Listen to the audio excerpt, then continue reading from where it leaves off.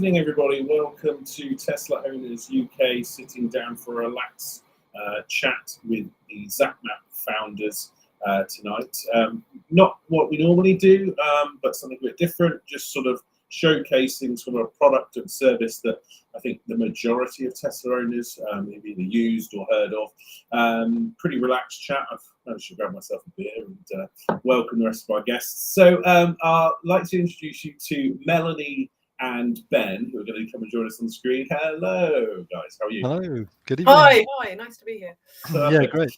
So tonight it's just we're going to do like a little bit of a mini agenda, I suppose it is, but a bit of a history on Zap Map, where it started, all of that. A demo of the app for those that haven't seen it, and then going through some of the other features and how that works. Then looking at the survey, and also then a big Q&A session at the end. So if you've got any questions throughout, please pop it into the chat. We can then add that into the comments and ask those from Melanie and Ben. So I'll be mean and say, you know, push as many comments through as possible. No question will go unanswered, I'm sure. So we'll try. I've only got a cup of tea though. I haven't got a beer. Oh yeah, well, beer's optional or wine. I've got some down the corridor. We're pretty flexible, but so yeah. First of all, I'll pass you over to Melanie, and we'll start the sort of presentation then and go from there. Big thank you. Great. Oh, my watch. Hello everyone. Really nice to be here tonight. So yeah, as Will was saying, just going to take you through a bit about Zap Map, a bit about our history, and then Ben's going to do a demo, and then got a bit of info about our survey and preferred networks. So really, network is Zap Map is a very much a mission-driven company, and our mission, which I'm sure all of you guys are totally in line with, is about how to accelerate that shift from petrol and diesel cars to electric cars, and really help the UK get to zero carbon mobility. And the way that our part of that puzzle, or part of that journey, is really all about the public charging network, and we're focusing on trying to make accessing the public charging network when people are out and about as simple as possible. So our strapline is really all about charging made simple. So Zap Map was started back 7 years ago by Ben and I, and I'll talk a little bit about our journey, but this is really our proposition for EV drivers. The 101 of Zap Map is all about aggregating all those different charge point networks into one single database, and then showing it via an app with live data where possible, so that EV drivers can search for available charge points, filter by various different areas, and find the charge points that are really suitable for your needs, whether you're in a new place or on a longer journey, or my understanding from Tesla drivers, when you're away from the supercharging network, that's when you might need Zap Map to find a CCS charger. Secondly, it's about planning longer journeys. So when you're going on a longer journey, being able to put in your start point in your destination and select suitable charge points on the way. One issue which a lot of EV drivers have is that all the other networks, apart from the Tesla supercharger network, aren't about plug and charge, but lots of different apps, different ways to access RFID cards. So the payment part, Zap Pay within Zap Map, is about trying to provide a cross-network payment solution, so that you can go up to any charge point and pay from within the Zap Map app. We're not there yet, but we're on our way to that. That's our aim, and we've got 9 networks signed up, and we're going to increase that and add more. The fourth area is all about the community. So we've got a great community of EV drivers who use Zap Map, and they add comments, tips, last mile information onto the charge point. So that's hopefully useful to people who are coming to a charge point to know, is there coffee nearby? Have they found an issue with the charge point that the network's hasn't told us about? And then finally, 5, it's about drive, it's about in-car support. So again, this is really focused not on Tesla drivers, but on EVs which have CarPlay or Android Auto. So this allows Zap Map to move away from being a mobile app to actually see charge points when you're in the car and be able to plan your journey. So a little bit about our journey, I guess, to get here. So back in 2014, Ben and I were running a a website called nextgreencar.com, which was about at its core was a database of all cars across the UK, whether they're petrol, diesel, LPG, CNG, plug-in hybrid, electric. And Ben came up with a very clever life cycle analysis to give the environmental rating of all the new cars, so you could compare both air quality and climate change across the life cycle of the car, and therefore make a choice for a lower emission car. By 2014, and a bit earlier than that, it was clear that electric cars were going to be the winners from the environmental race, and we knew that people were going to need to know where charge points were. So we literally created a spreadsheet, put it up on a Google map, and put it within Next Green Car. By 2014, it became the most popular page on our site, so we set it free onto its own website, and zapmap.com was born. I think that then 2015 we came out with an app, and then very importantly in 2016 by then we had a reasonable number of users, and we partnered with BP Pulse, and they were our first network partner to provide live status data into the app. That's a really important area. So EV drivers, when they're looking at 70% of the charge points, they can see whether a charge point is available to use, in use, or out of service. So 2016, we first partnered with BP Pulse, and since then we've added lots of different features, and now we have 70% live data. And fast forwarding to 2021, we just launched our 7th version of the app, which had in-car support for CarPlay, Android Auto, and enhanced subscriptions, enhanced route planner, and a subscription service. And you can see on the y-axis that we've now got up to 300,000 registered users. Just thought I'd pull up this slide. This is looking at our registered users. So of our 300,000 plus registered users, we have on 284,131, we have what make and model they're driving. So this shows on the left-hand side, you can see the proportion of our drivers with all the different models. So Nissan Leaf is the biggest audience, but next up is actually the Tesla Model 3. So you can see 10.5% of all our drivers have a Tesla Model 3, and a further 1.91% have a Tesla Model S. So you can see that actually Tesla drivers are a really important audience for Zap Map. So hopefully most of you are quite familiar with Zap Map. Thought we'd just highlight a few things that have been new to Zap Map recently. So as I just mentioned, we released the 7th version of Zap Map app back in the autumn. We've been very busy focusing on onboarding networks to Zap Pay. We have 9 networks signed up. We're busy integrating them and talking to many more networks with the aim of mirroring our 70% live data with Zap Pay, ability to pay via Zap Pay.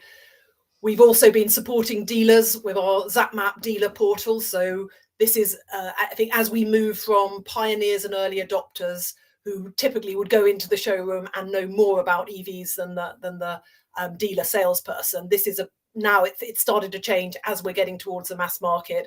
People are coming into dealer showrooms and they need some support, and we want to support dealers, especially on the charging side, so they understand what's out there, the extent of the public charging network, and some tools to help them with that.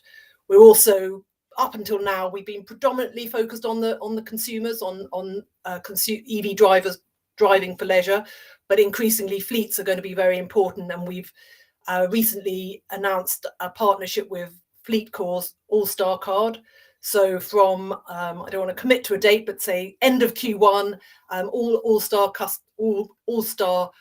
customers who have electric cars will be able to pay for charging from within the Zap Map app, and then they will get an integrated bill showing all their fleet payments across petrol, diesel, and electric cars all in one place, but the electric will be going via Zap Map.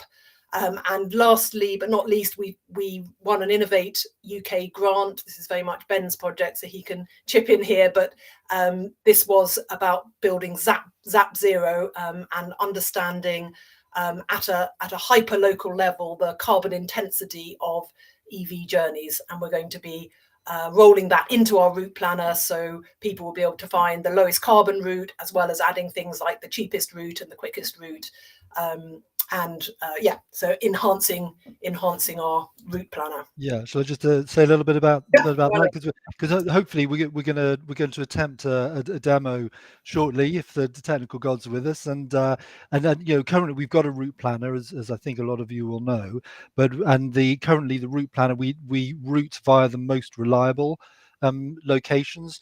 I know if you've got a Tesla, you've already got your very highly reliable and resilient network, but if you're outside the Tesla network, reliability is obviously the key issue, and also the number of chargers at that location as well.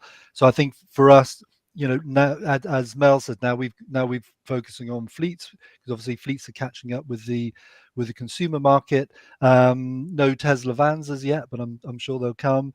But as the number of vans and company cars is increasing, fleets is obviously a huge audience which is about to take off.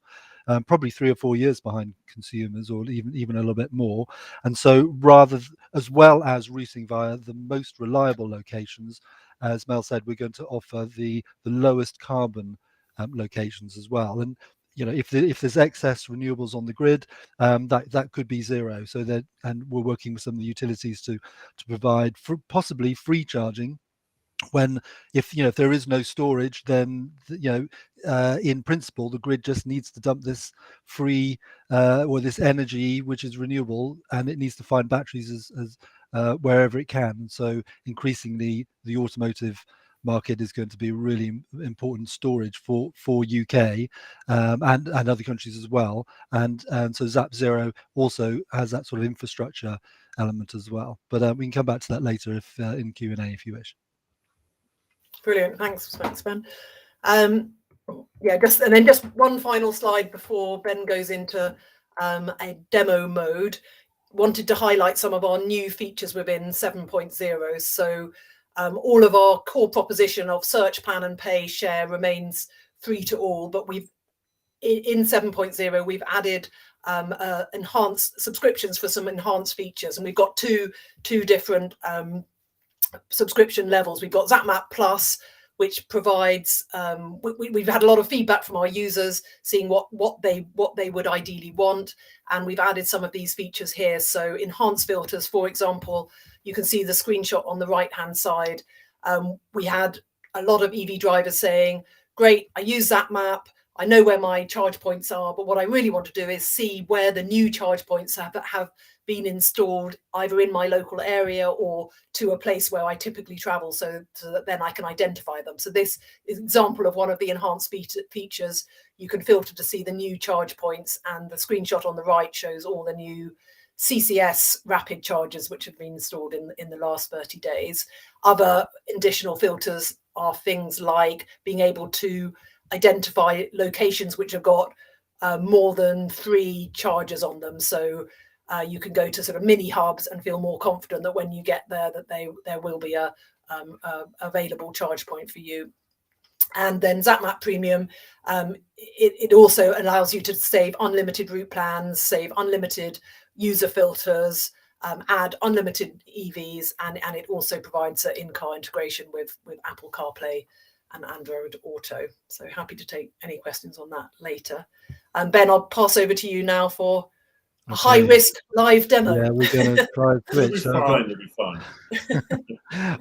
Okay, first I'm going to share the screen. So that's step one. Should I unshare? I think we're okay. So what did you tell me? We'll be able to bring it in. Okay. Yeah. Just a quick reminder, if you've got any questions, thank you for all of them that have come through so far. But if you've got any more, please chuck them in the comments.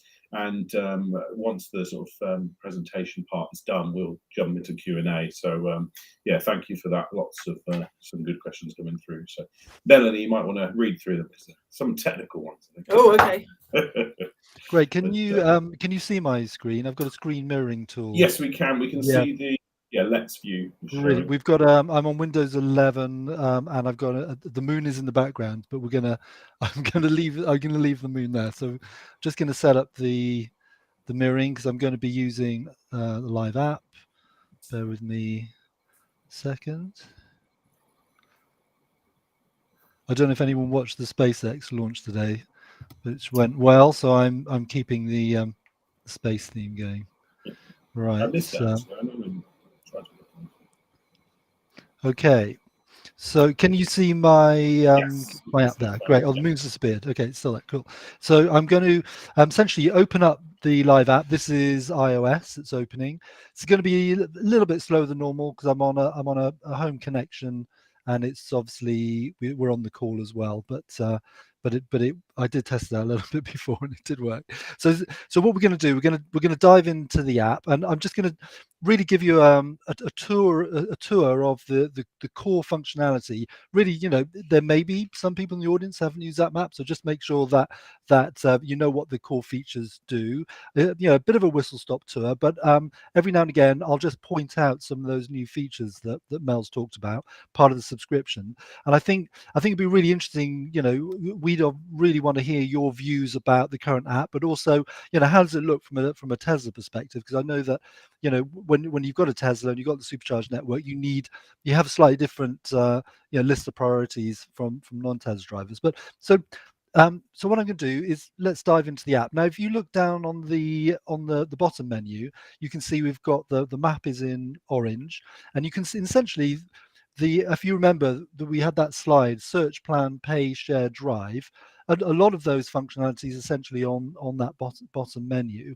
So the first view is map, and this is obviously one of the key ways to search for location. So you can sort of see where I am. I'm based in Bristol. If I move away, we've got all the usual sort of Google functionality. We use Google Maps at the moment, may not always use them, but we certainly, we built everything on usual Google Map functionality.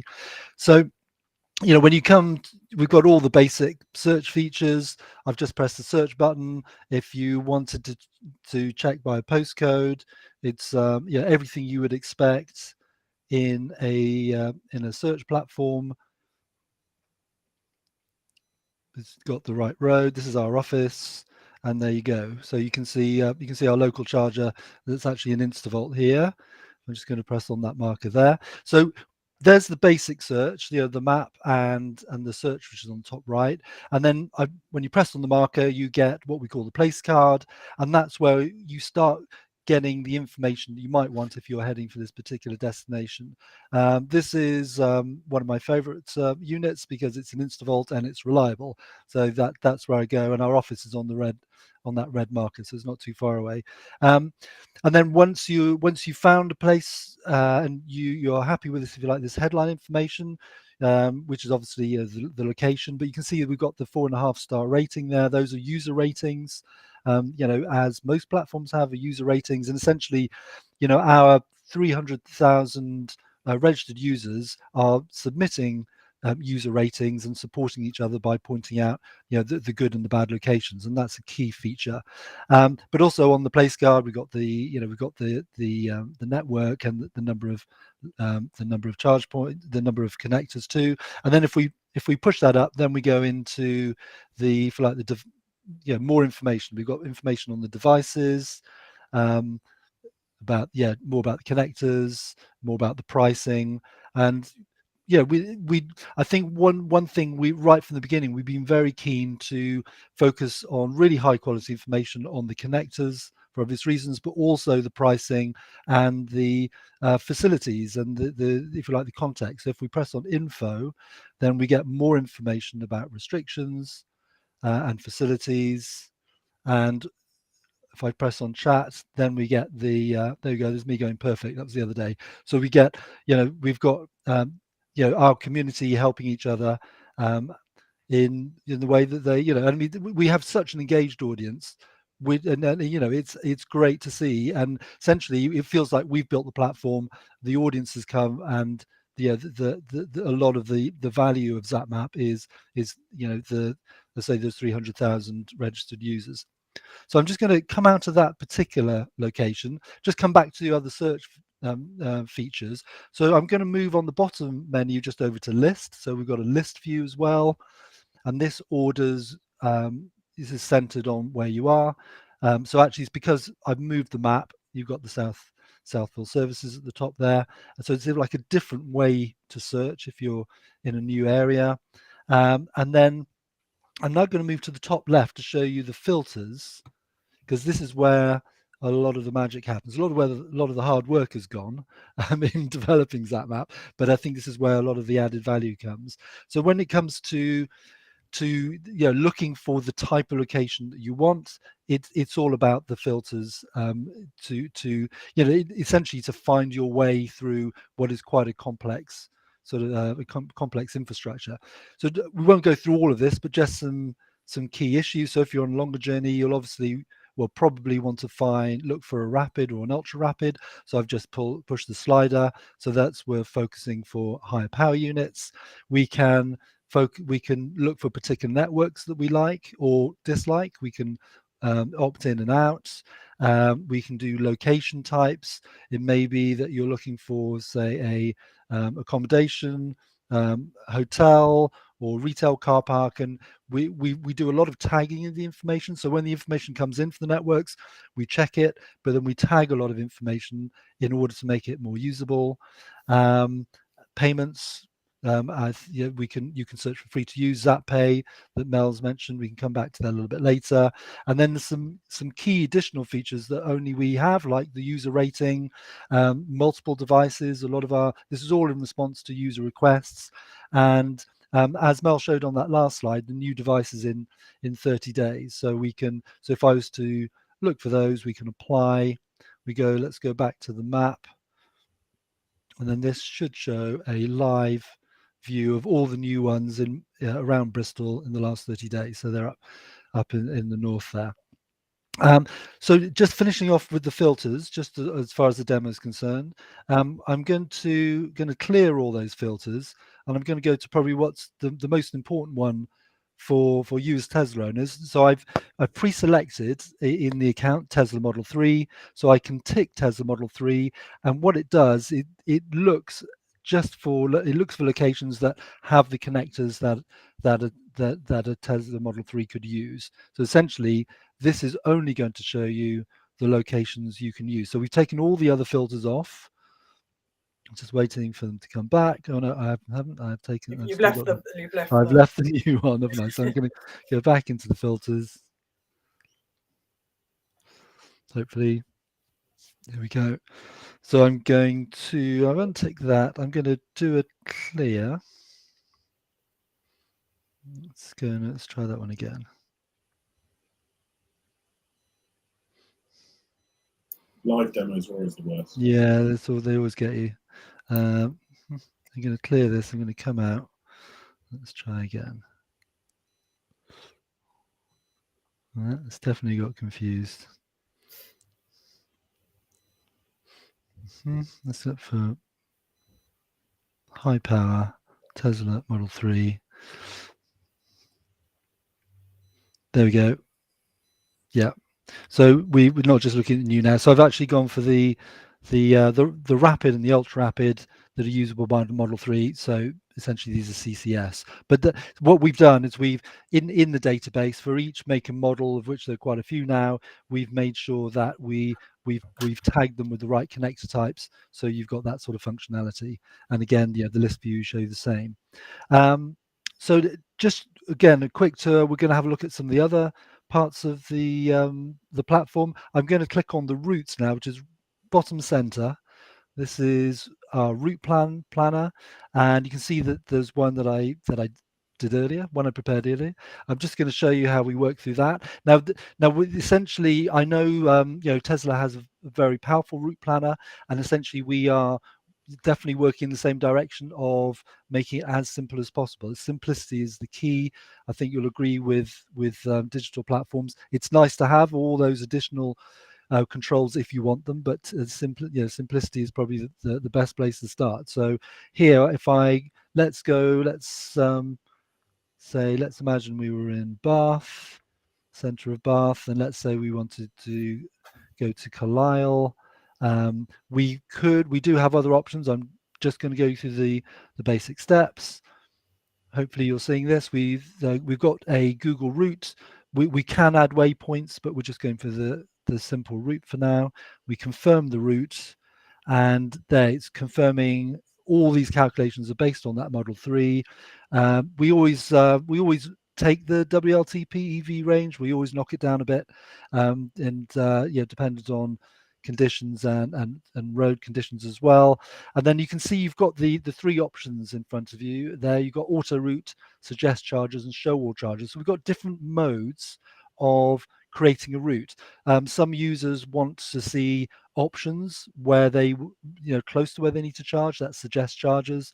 Some want to see all the charges along a route, but auto route is our latest offering, really just to make it as simple as possible, as quickly as possible, taking people via the most reliable routes. So I'm just going to stick with that. We're going to do next step, and we can see that it's calculated that you're going to need one stop, not too far from Carlisle, but in order to complete that journey, and then you can save that. We'll call it Carlisle 2 because I've already got one there, and there we go. Okay, and there's a lot more under the hood, but we can talk about that more later if you want to. Just to finish off the demo, we've got here's our chat platform. So there are ongoing chats, user to user, peer to peer support, as well as at locations we saw before. And then we've got the settings, the account where we can add EV models, so we can add more models. I'm actually showing you the premium subscription here, where you can have unlimited models. There are restrictions on number, but we do the majority of features are free. We've also got Zap Pay history and cards. Mel, do you think have we got time for a Zap Pay demo, or should we come to that? Should we hold that off that for now? Yeah, I think maybe hold that. Yeah, so if let's leave that to Q&A. If you want to see Zap Pay in action, I can show you part of the user flow, but this would be your Zap Pay history. So this is your payment history using Zap Map to actually pay and use locations on the 3 networks that are now live. As Mel mentioned before, we've got 9 signed up on the way. So yeah, probably I'll leave it there, but hopefully that's, if you haven't seen Zap Map, that'll give you a flavor of the key features we offer. If you have seen Zap Map, hopefully I've just pointed out some of those additional new features, like the new ones. You can see the new locations showing there, and there's also CarPlay and Android Auto. Obviously can't show that, can't demo that right now. So what I'm going to do, I'll stop sharing for now. We'll go back to the slides, and but we can come back to the Perfect. if we need to. It all works. I think it works. Yeah, it worked. It was good. We got away with it. Even Steve Jobs.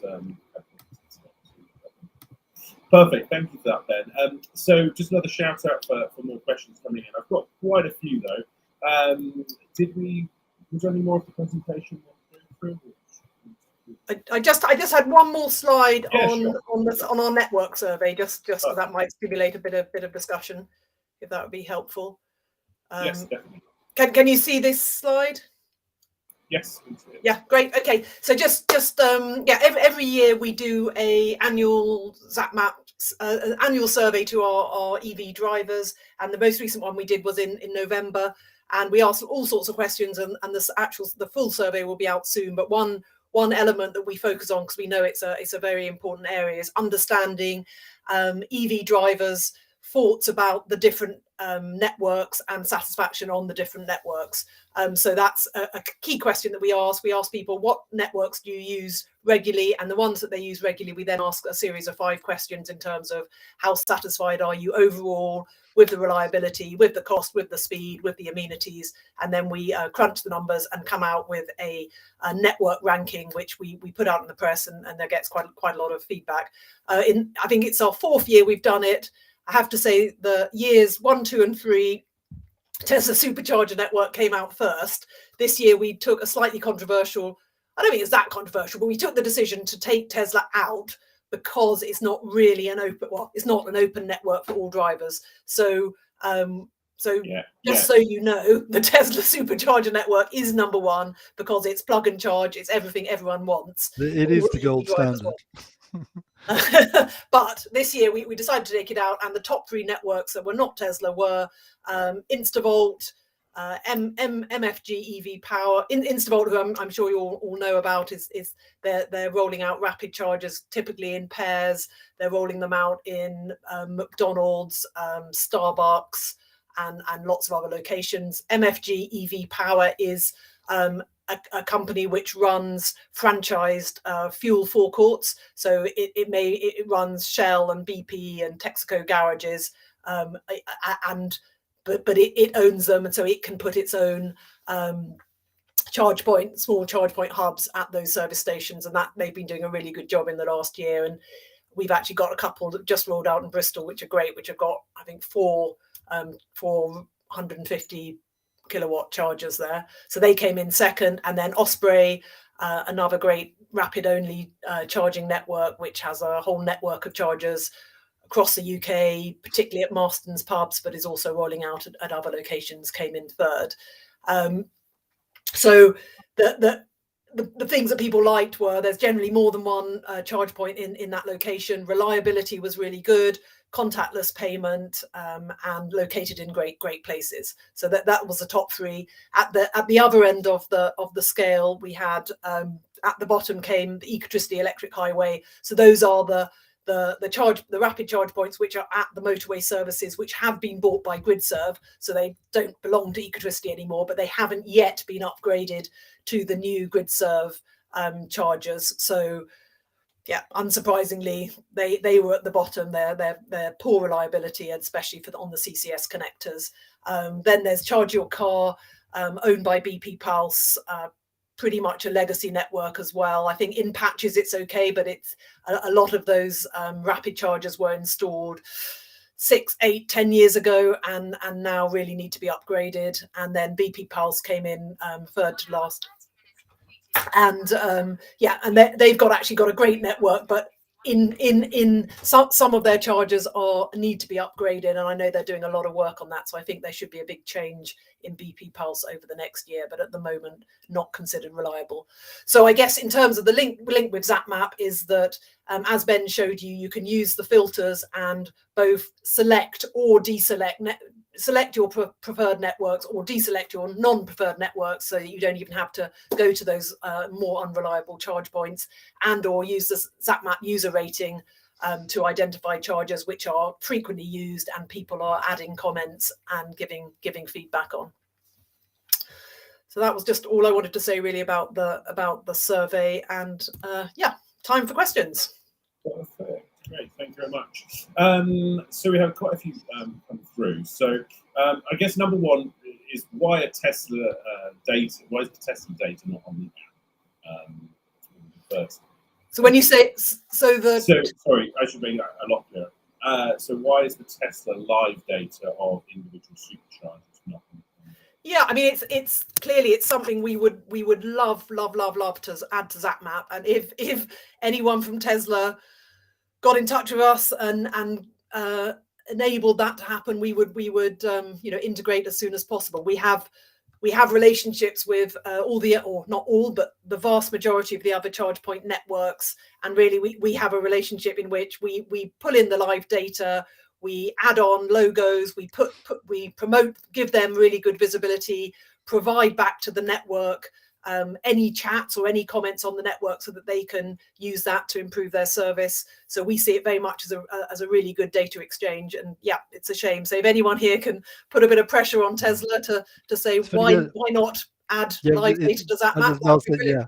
We've definitely asked, but yeah. I think there's something really interesting happening at the moment, because I think until say 2 years ago, there was the Tesla world and the non-Tesla world in the EV space did their own thing, and of course all the non-Tesla world watched Tesla thinking, well, you've got seamless charging, it was free, you've got lots of redundancy, fantastic locations.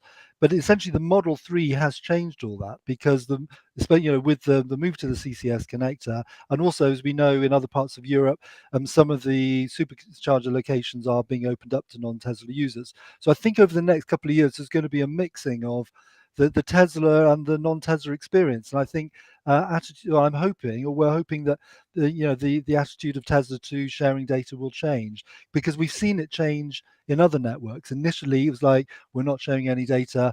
it's, you know, we think it's so valuable, we're not going to give it to anyone else. And as Mel said, we see it as a data exchange because we provide value to the networks that participate as well. But I think the attitudes to data are changing. That, you know, there's going to be more sharing. So as soon as we can, we will add the Tesla networks on. Sounds good. Yeah, we might have to send an email. I fear it's one of those things because in the service centres they've got on the like a big screen on the side that shows you sort of live-ish data. I think lots of owners would be desperate for seeing that data, but I guess that it's, yeah, will they ever open it up? It's a difficult one because presumably lots of key bits of other information for other companies, etc., happens when that opens up. But so on a personal level, like the chat functionality and the ability to rate whether a charger works, for me, it was sort of the fundamental reason why Zap Map was awesome. But when people report those problems, what happens? Does it go to the networks? Could it go to government? Or is it just a matter for like, this is for our users and it's useful? What's your thoughts on that? I'll kick off. Maybe Mel, you can follow on. I mean, yeah. So we use Fresh Desk. We've got Isabel as our amazing community manager. You know, as I mentioned in the demo, our community is the gold dust within Zap Map because it's the people that use the platform are the key. And so we get thousands of requests and messages and information coming in from users as well. You know, to complement the machine data that comes in, and we do our best to respond to that as quickly as possible. Now, if it's information that some of the information is wrong, because a lot of the official data is wrong, the markers might be in the wrong place, the unit thinks it's working but it's not, we'll get that information to the platform. We've got a whole team of data assistants, and they will look at the information, make a decision about whether it's really good quality information, and then they will go and update the platform because we want to get all the updates from people and machines into the platform and back out so the community can use that. Mel, do you want to say anything about the way we support government with data? Yeah, I mean, I guess yes. I think just before that, we also send back any comments that people make on a charge point to the network, so the network get that immediately. So then it's up to them what they do with it. And some of them are very engaged, and they have their own account and they post back. So if there's a report of the charge point not working, they'll report back saying, oh yeah, an engineer is coming out on this date. And some of them are less active in doing that type of stuff. Yeah, and I guess for the government, we have a good relationship with OZEV, and we provide them with data on charge points in terms of the profile of the charge point and the utilization of the charge points, and they publish a certain, that's what they use to do their quarterly updates in the public domain. Yeah, I mean, I must admit, I use that / I think stats or statistics page quite a bit. It's really good just to go, okay, this is like the basic data. How many CCS charges have we got right this second is there, and I know it's on Zap Map, and I know it's pretty much up to date, which is really important. Yeah, perfect. 30,000, so roughly 30,000 Model 3 owners, I think, working out from your stats. So that's really impressive. I think everyone would agree. But the number one problem, I think, for Tesla owners, but probably all EV owners, is the lack of charges in certain areas. Effectively, what we'd call black spots, whales. Lots of whales. There's black spots, as we'd call it. How can Zap Map help with that problem? Yeah, so I think there was a time last year I was the BBC Wales guy used to constantly be calling me up saying, what are the charges in Wales? And he did a lot of stories on that, which was great. I mean, I think our role in that is to highlight to highlight areas or to provide data for other people to highlight where there are gaps, and to advocate for EV drivers. And I think there's two areas. One is the provision of a really robust, reliable, rapid or ultra rapid charging network across the UK, and a lot of that provision will be provided by commercial companies who see, there is a benefit there. They can see that there are places where 1 or 2 charges just isn't enough, so they're incentivized to be providing 3, 4, 5, 6. But I think there are also gaps which someone needs to fill in those gaps where it's not so commercial to do. And then at the other end, the replacement for home charging is the other area which is really important. So for those people who don't have off-street parking and who are not able to charge overnight, there needs to be provision in the local area for that. And whether that is some form of community charging, so sharing chargers, whether that's community charging hubs where there's rapid chargers within each location, or whether there's good provision of destination charges, or on-street chargers. I don't think there's going to be a one-size-fits-all, but I think every single local authority needs to think about it and needs to have a plan supported by central government. There's also we've got devolved nations and local authorities, and the nations are moving at different speeds, and the local authorities are moving at different speeds too. So I think Powys said, I grew up in Wales, and Powys is definitely a black spot, but it's actually a black spot for lots of things, trains, buses, motorways, lots of other things. So travel in central Wales is difficult, and certainly it's as difficult in an EV. But we do get we get lots of inquiries from private sector as well as public sector about how we can use the data we've just been talking about, how that can be used to identify the potential areas for development. But there are going to be areas where government needs to step in. And Highways England has put a lot of money and done a lot of thinking about that, about getting chargers with every 20 miles on a trunk road. But again, Mid Wales doesn't have that many trunk roads. You mentioned obviously reliable charger data. You obviously clearly monitor that alongside something like the survey, which gives you sort of opinions almost on that. Is that published or is that private, the reliability of a given charger and or network?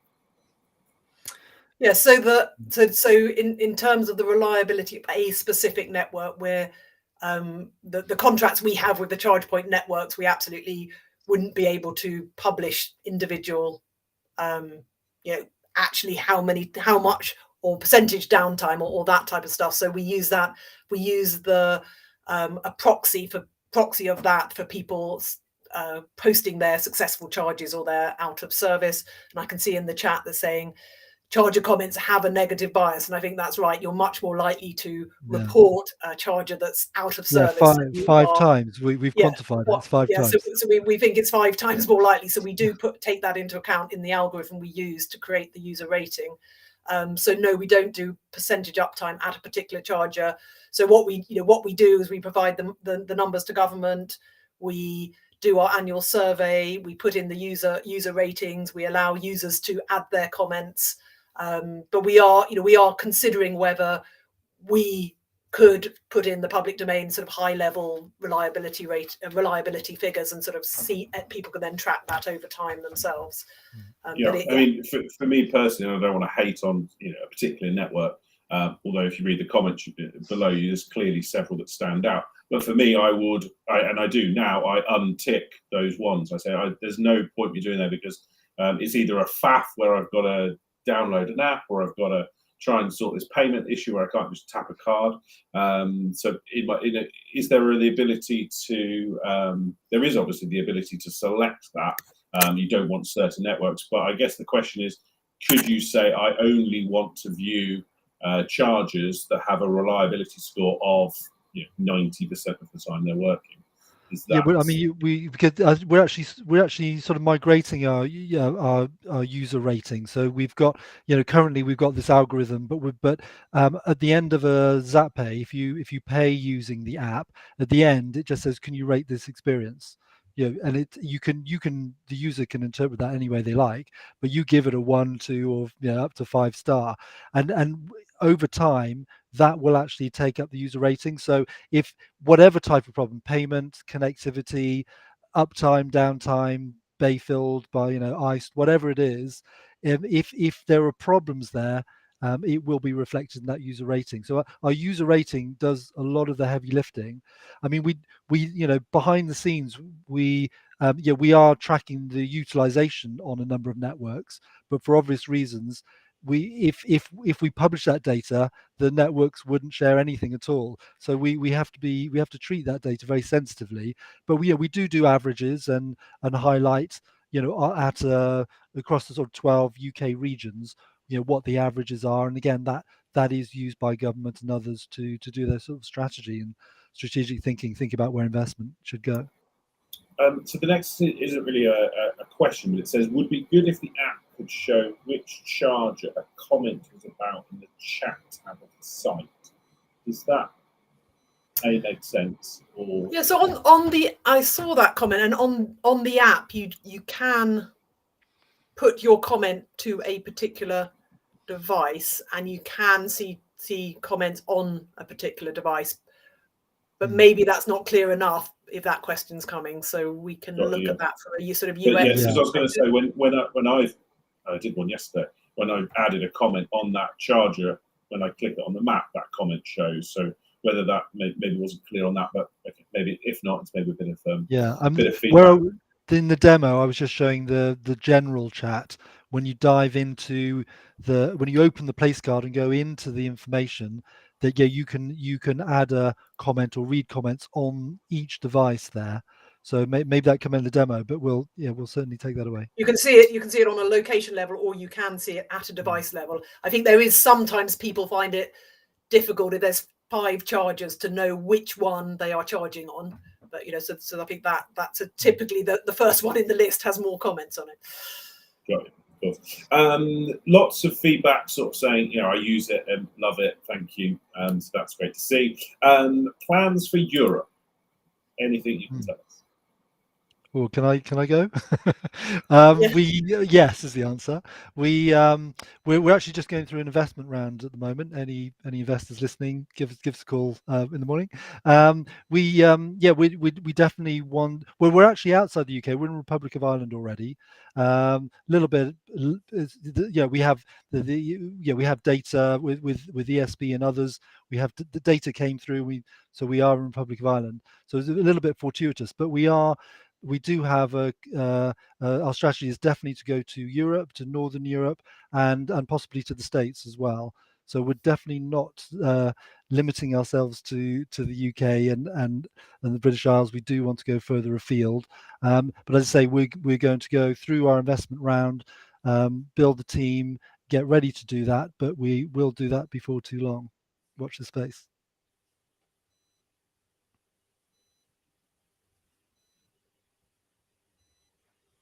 Oh, I've just lost sound. I couldn't hear you. Sorry, let me. What are your plans for Zap Home? Okay, well, on Zap Home. So yeah, Zap Home. Those who don't know, you can add your home charger onto the map, and you can offer share that with other users. We also, at the moment, we've got a very simple payment system using PayPal Me so you can get other users to pay for the electricity. So you can charge £3, £4, £5, whatever you think's fit. So it's quite informal at the moment. We're actually very soon we're going to go public with a partnership with Just Park. So we're public on the partnership. The product is very close to launch. Obviously, Just Park have tens of thousands of driveways, not all with EV chargers, but that number is obviously going up. And we're working with them to offer a booking system.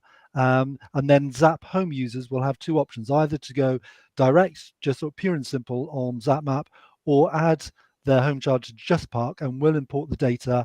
And by the 2 platforms working together, we're going to offer really good functionality with booking and then more sophisticated payments. Probably, within definitely within 6 weeks. No, awesome. Sounds really good. Icing is a common theme. I think more and more so, at least I've seen.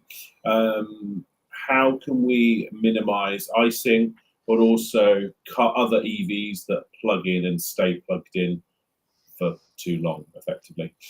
What are your thoughts?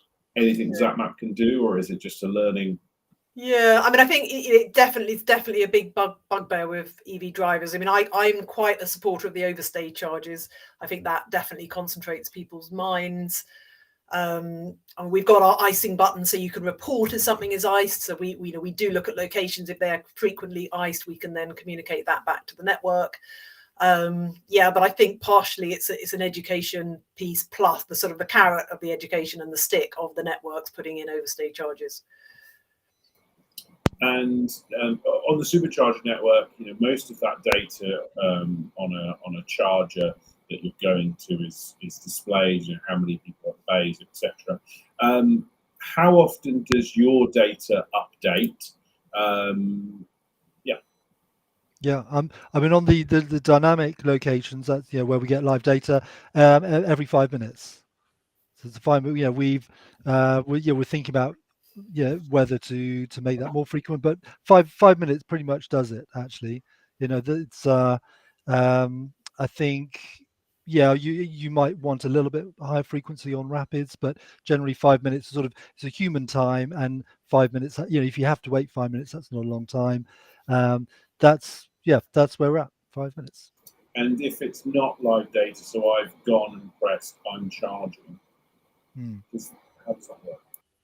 I mean, that's pretty much live on the system, but I think the tricky thing is that if you're charging, at the moment, we haven't got a way for users to indicate how long they're intending to charge. So, that's it. The information isn't as good. I mean, we are thinking about changing the way we show the non-live locations, maybe in a different color or with some different information, really just to make users aware that this is not machine information. This is user information. But sometimes the machine information isn't right, as we talked about before. So actually, one thing we've done throughout is to show the machine information alongside user information, and then you've got best of both worlds. Yeah, and I think that comes on to it again. It's not really a question, but it was more sort of a comment from the screen. It was when someone reports a charger as faulty, but obviously you guys don't have the live feed of the data for that site, so you guys, you're not going to go and drive out and check it, and if no one else then goes to check it, it stays red on the map, and it's sort of that weird position where it might work, but nobody's telling you. Sure. So it just stays on the map. In a way, that's part of the rethinking that we're doing. It's not your fault. It's the unknown unknowns, isn't it? Yeah. How do you show the information you have? Someone reported it down a year ago because it's a year ago. It's obviously not very good information. But if that's the best information, do you show it, or after a certain time, a week, maybe you just close it off and just show it as unknown again? So I think that's the direction of travel. Maybe this is free business advice. Maybe an incentive for premium. So if I go out and I'm driving past one that's been listed for 6 months as off, you'll give me 10% off or 20% off my premium subscription for the. Okay, what per visit? Yeah, soon adds up. But it's a difficult one. Yeah. There isn't a right answer, because there are some charges that are just broken, and they've been broken for over a year. So it's like, how do you solve that? Maybe a secondary button that says, send this to my local MP, or the local MP of this area. Right. So feel free to fire over more questions if you've got them. I'm just going through the list here. Apologies whilst I read through. A few comments, I think, about the route navigation system, and I guess it's a really difficult thing for you to create a system with all of these different cars, and then the mileage that they quote you versus what actually the cars do. A few people sort of saying, I think it's 300 plus miles for one of their cars. Actually, we're actually with sort of one project in development now is to connect directly with the car, in order, obviously the Tesla ecosystem already does that, but when given that the platform we've created needs to interact with dozens and dozens of different brands, that's a little bit more tricky. So we're using we've got a number of APIs where we can talk directly to the car. We're also we're actually in part of the Android Auto operating system developer program. As the people watching will probably know that Polestar has been working with Google on this operating system specifically for Android, and so we're looking at we're looking to develop a sort of similar approach. Essentially, we can get the state of charge into the system. Got you. And can you also modify how many miles you think your car's got? Yeah, you can. Absolutely, you can overwrite it. Okay. So the figures we saw in the demo, you can overwrite that, and if you want to change that, it's no problem at all. Perfect. Yeah, great. So I'm coming towards the end of our time period anyway, but if you've got any more questions, now's the time to chuck them in the comments. Is there a way to filter out charges that are in private car parks? Private car, private car parks, as in that you're not able to access. The idea is that all charge points on Zap Map are publicly available. Some of them have restrictions, so there is a access filter where you can exclude any which have restrictions. So you can sort of do a double negative filter, or you could get rid of car parks as a category. But I'd say most car parks are, the idea is that all the charge points are accessible to the public, although there are some, for example, in workplace car parks, which you could exclude, i.e. deselect them, because I'd say they are the most, of all the location categories, those are the ones which are the least open, I guess, to the public.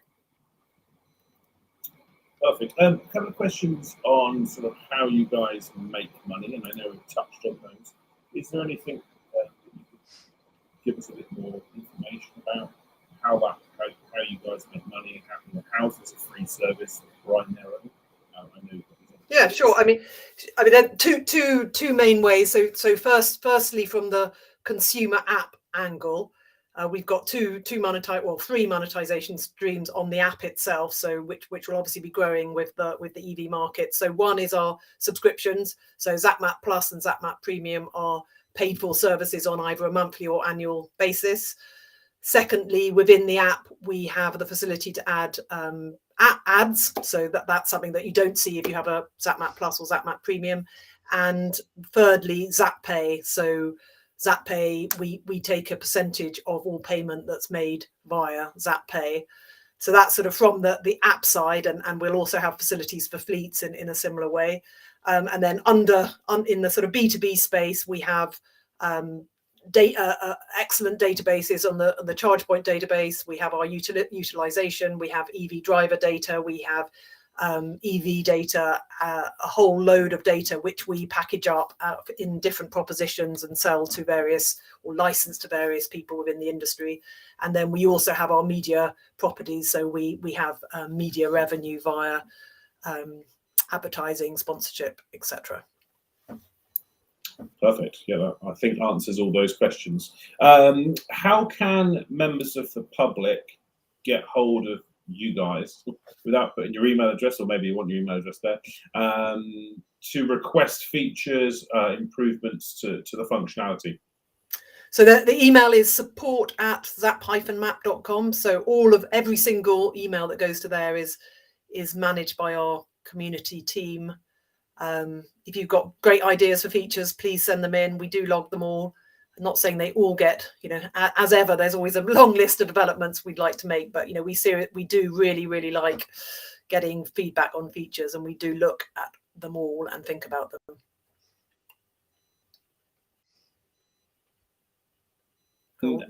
Have you ever thought about the ability to ping a user? So if I'm charging on a charger and I've been there for an hour and a half, could I send out a ping to that person?